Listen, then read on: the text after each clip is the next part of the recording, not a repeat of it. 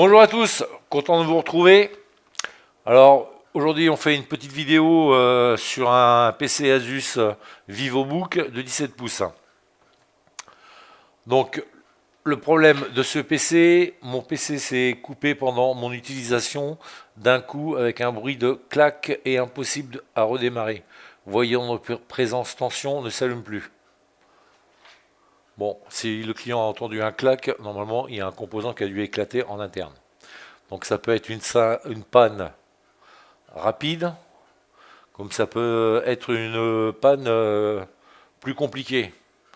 Parce que un composant qui claque, ça peut être pas grand chose, comme ça peut avoir brûlé aussi le composant, brûler les couches de la carte mère et charbonner et couches se soudent entre elles.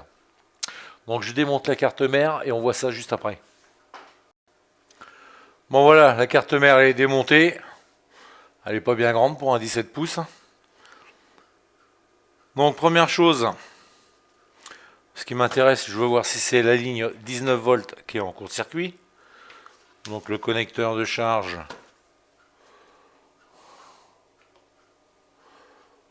Connecteur de charge, il est là.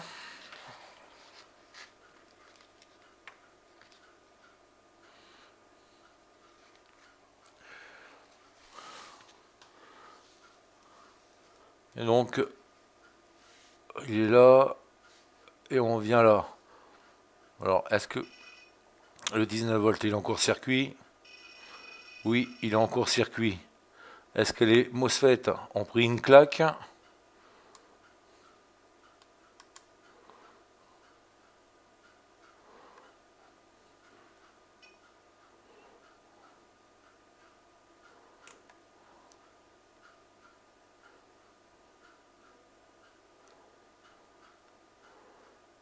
Non.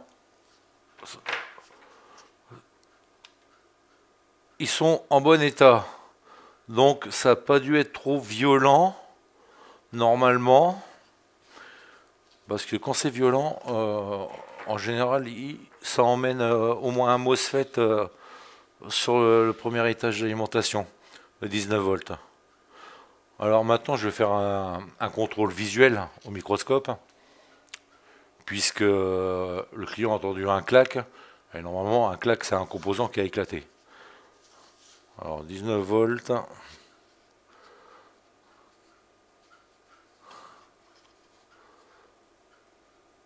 BQ 27780, un grand classique.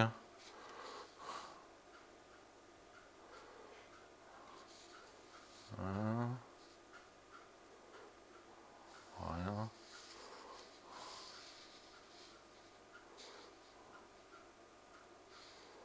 Voilà. Bon, on va aller étage d'alimentation CPU. Ah, ah, ah, ah, ah, ah.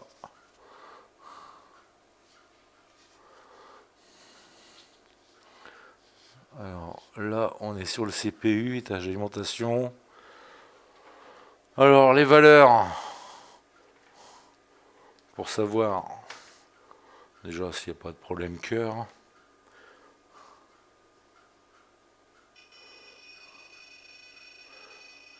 « 440, allez, on est arrondi à 440, c'est bon. 440, alors ces deux-là, c'est le V-Core. Et donc l'autre à côté, ça devrait avoir une valeur différente. Ça doit être 657 GT2. GT2. Ok. Maintenant, les condensateurs.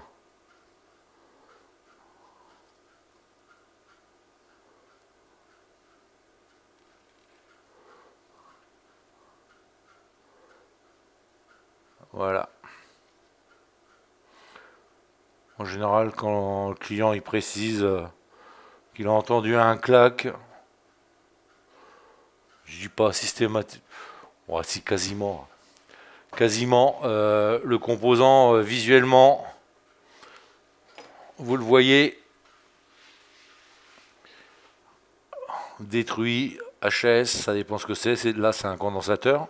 On a de la chance. Mais ça pourrait être un MOSFET, ça pourrait être un IC. Là, on voit bien. Et voilà. Donc, je pense pas qu'on va aller plus loin. On va s'arrêter là. On ne devrait pas être loin de la vérité pour solutionner le problème. Allez.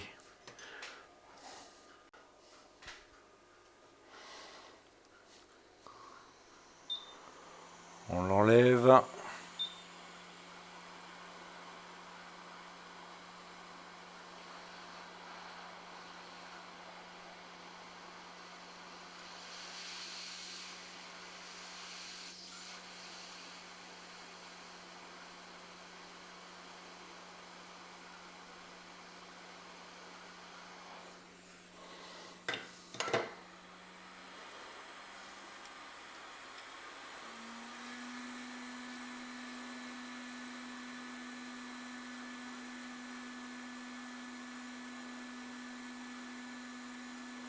Bon, il est éclaté de partout. Hein. Je sais pas si on le voit bien. Si.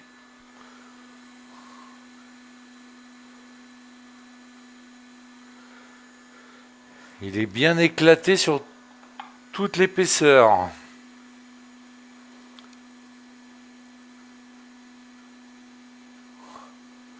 Normal que le client, pour le coup, il a entendu un clac parce que ça a dû être violent.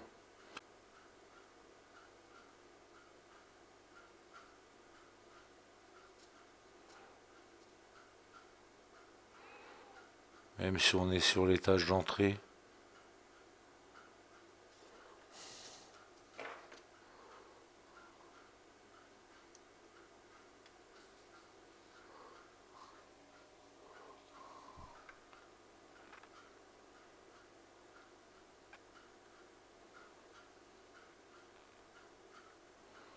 On voit bien.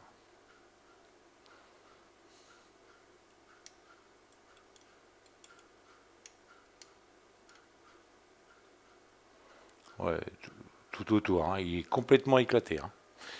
Donc il a fait un...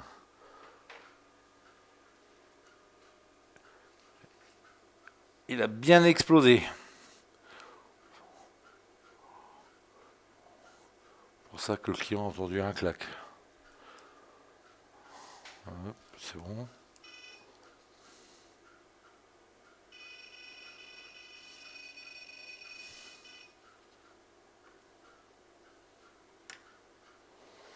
Il sonne.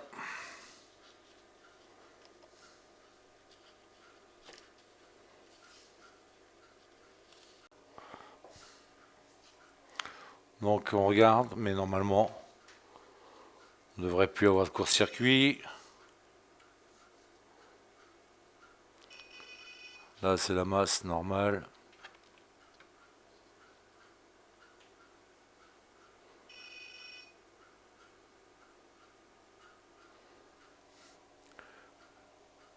« 0,467 ohms. Valeur correcte. »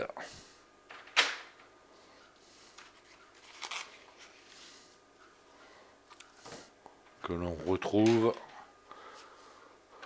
à l'entrée de même. Quasiment.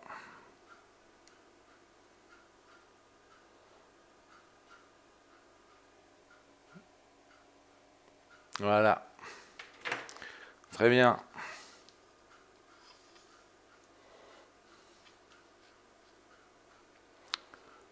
Allez, on change ce condensateur et on voit ce que ça donne. Donc panne simple. Enfin, la vidéo elle sera plus courte et puis c'est bien aussi les pannes plus simples parce qu'on en a eu un paquet ces derniers temps où c'était du complexe et donc du complexe avec du plus simple. Ça se marie très bien. Ça, ça permet de se détendre un peu par rapport au complexe où il faut faire travailler plus le cerveau. Allez, je récupère un condensateur, l'équivalent en sachant que c'est un CPU de 8e génération. Et les CPU de 8e génération, ils sont tous. Vous partez du principe que c'est un CPU de 8e génération. Et les étages d'alimentation, ils sont quasiment faits pareil. Il peut y avoir plus, moins, ça dépend. Qu'est-ce qu'il y a, s'il y a un GPU ou le modèle. Mais 8e génération, on est quasiment dans les mêmes valeurs, même si vous prenez sur une autre carte mère, si c'est du 8e génération. Allez, je récupère ça, on le remplace et on voit ce que ça donne. Allez, on le remplace.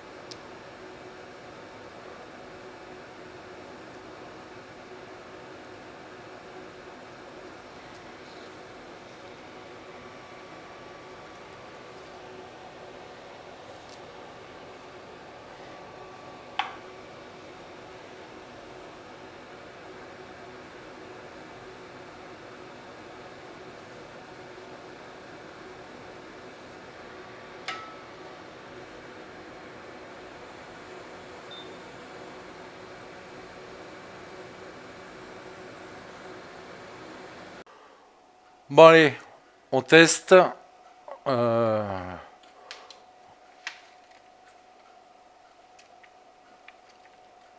Allez, on branche et on voit si ça démarre tout seul ou pas.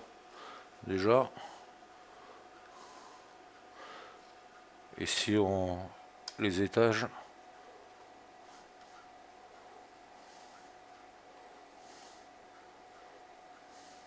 Oui, il démarre tout seul.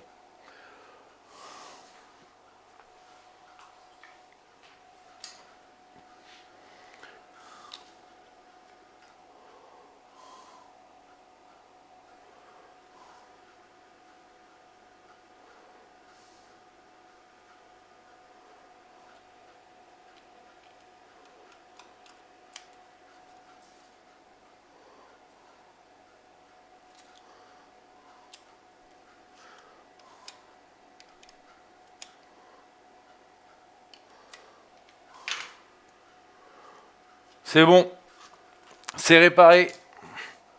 Petite panne, tranquille.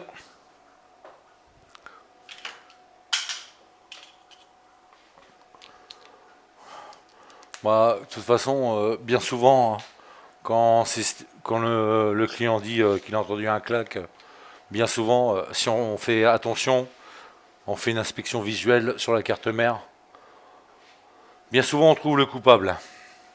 Bon allez, on fait l'entretien de cette carte mère, c'est-à-dire pas de thermique comme d'habitude. Voilà, la carte mère est remontée. Juste pour vous montrer. Là, de ce côté-là, il y avait quand même la place pour mettre un refroidisseur. Hein. Et là, il y a la grille. Hein. Ils auraient pu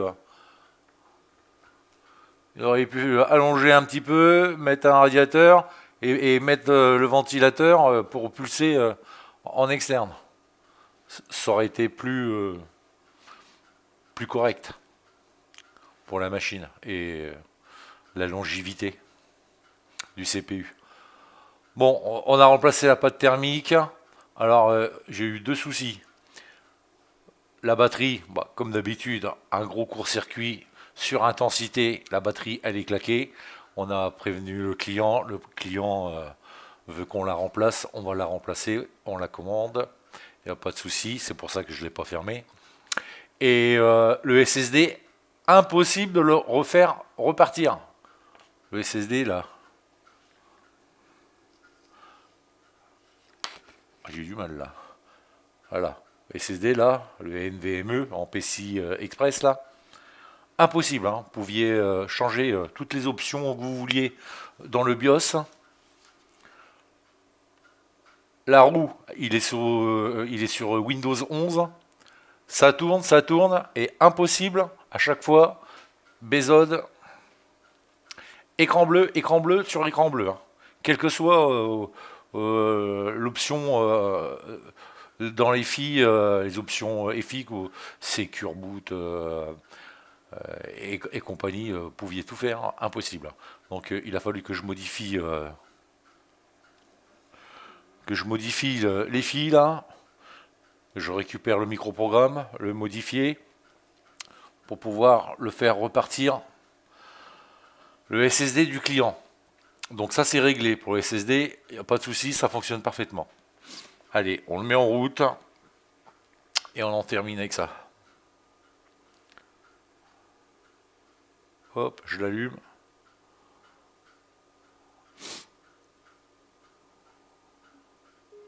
Voilà. On n'ira pas plus loin parce qu'il y a la session du client et j'ai pas le mot de passe. J'ai fait les tests rapides sur un SSD à moi. Et voilà, il est réparé. Pour celui-là, c'est bon. Dès qu'on aura fini par le remplacement de la batterie. La batterie, elle est commandée. On la remplace. Et le client va pouvoir le récupérer. Il est bien content. Voilà. Bon, c'était pas grand-chose. Hein. Je savais pas sur quoi m'attendre. Donc, comme ça faisait longtemps que j'avais pas fait une petite vidéo. Voilà. Panne simple. À part la mauvaise surprise. Encore la batterie, ça c'est un grand classique. Hein. Sur une ligne 19 volts qui se met en court-circuit et éclatement de condensateur, la batterie qui dégage, ça c'est un grand classique. Hein. C'est très courant. Par contre, le SSD, il m'a fait un petit peu peur pour les données du client, surtout. Voilà. C'est surtout ça. Ça m'aurait bien embêté que le disque, le SSD soit corrompu et que les données du client ne puissent pas être récupérées. Donc ça a été un petit peu plus long pour ça, mais bon, on s'en sort bien. Euh, Sinon, il aurait fallu que je fasse une autre technique. Enfin, les données, elles sont là du client, bien présentes. le plus important. Très important même. Bon voilà, en espérant que cette vidéo aura été plaisante, je vous dis à la prochaine. Ciao.